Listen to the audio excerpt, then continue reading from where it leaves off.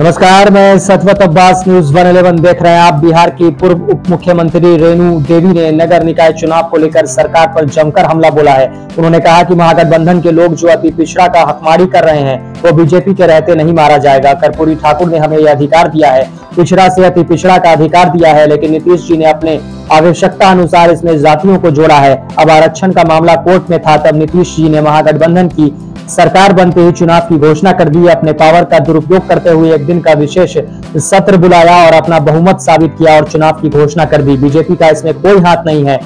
आयोग पत्र को सार्वजनिक करे, अगर हम लोगों की वजह से चुनाव टला है तो साबित करे। आज गरीब कैंडिडेट इतने पैसे खर्च किए हैं, आज उनका पेपर छप गया है, आज उनका हर चीज तैयार। 10 तारीख को जिसको चुनाव होना था, जिसको 20 को, इतना जल्दीबाजी क्या थी आपको? आज आयोग बनाइए, एजी का रिपोर्ट आप सार्वजनिक कीजिए और उसके साथ साथ सभी तरह का जो आपके पास रिपोर्ट है कि आपने अति पिछड़ा के लिए किया है, और ये भी सार्वजनिक कीजिए जब कर्पूरी ठाकुर जी ने कितने लोगों को अति पिछड़ा में डाला है और आपने कितने लोगों को अति पिछड़ा में डाला है, इसको भी सार्वजनिक करना चाहिए। और उनको कहाँ कहाँ अधिकार आप दिए हैं, चाहे किसी भी चुनाव में। और आज निकाय चुनाव में अगर अति पिछड़ा का हकमारी होगा तो अति पिछड़ा रोड पे आंदोलन करेगा। वहाँ कोई बीजेपी कहीं नहीं रुकवाया। आपने क्यों नहीं मुझे साबित करे कि आपने क्यों नहीं। एजी का रिपोर्ट आप दिखाइए, आप निर्वाचन का आयोग दिखाइए कि निर्वाचन में आपने किस तरह से सार्वजनिक कीजिए। आप आयोग पत्र को सार्वजनिक कीजिए। अगर कुछ किया तो आप कीजिए ना, समाज के आगे आप कर सकते हैं। आप क्यों नहीं एजी का रिपोर्ट आप सार्वजनिक कर रहे हैं? आप क्यों नहीं आयोग का पत्र को सार्वजनिक कर रहे हैं? क्या आप अपने लिए एक दिन का सत्र बुला सकते हैं? और अति पिछड़ा का जहां हकदारी का मामला था, जहां उन्हें अधिकार देना था, उसके लिए आप सत्र नहीं बुला सकते थे? और उसके बाद बीजेपी ने ये नहीं कहा कि चुनाव होना चाहिए। महागठबंधन के बाद आने के बाद आपाधापी होकर तुरंत ये जो है चुनाव का ऐलान किया गया। क्यों ऐलान किए?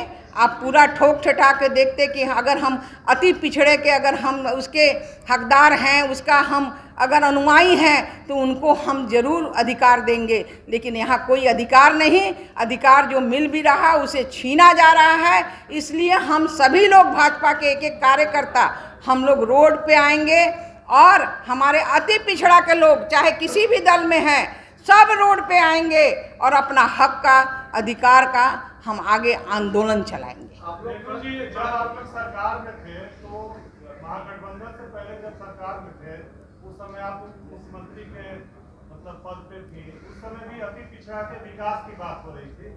तो आज जो ये बात आ रही है, तो उस समय आप अति पिछड़ा की विकास की अगर बात करें तो मेरे पास अति पिछड़ा और पिछड़ा वर्ग का कल्याण का जो मेरा विभाग था, आज अगर देखेंगे तो 71 बच्चे हमारे बीपीएससी कंप्लीट करके नौकरी में आ गए। और उन्हें जितने में सुविधा, उस नाते मैं एक बहन होने के नाते, बेटी होने के नाते सरकार में रह के उन्हें जो सुविधा दिलाई, शायद इतिहास उसका साक्षी है। इसलिए वहाँ उस समय अगर चुनाव होता तो निश्चित रूप से हम लोग उसको दावा करते। लेकिन वहाँ उस समय जब भाजपा थी तो चुनाव नहीं हुआ। भाजपा से अलग होते महागठबंधन में जब आ गए तब ये चुनाव हुआ है।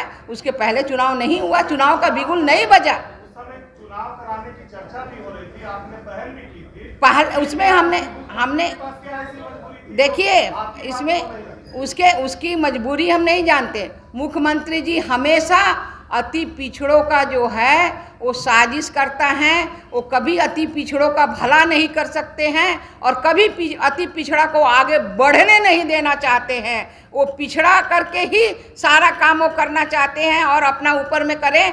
वो मुँह दिखाओ, जो मुखावट होता है ना, वो मुखावट अब खुल गया है। जो पहले एक मुखावट होता है कि हम अति पिछड़ा के लिए करते हैं, अति पिछड़ा के लिए उन्होंने कुछ नहीं किया। न्यूज 111 के वीडियोस को देखने के लिए चैनल को सब्सक्राइब करें और बेल आइकन का बटन दबाएं।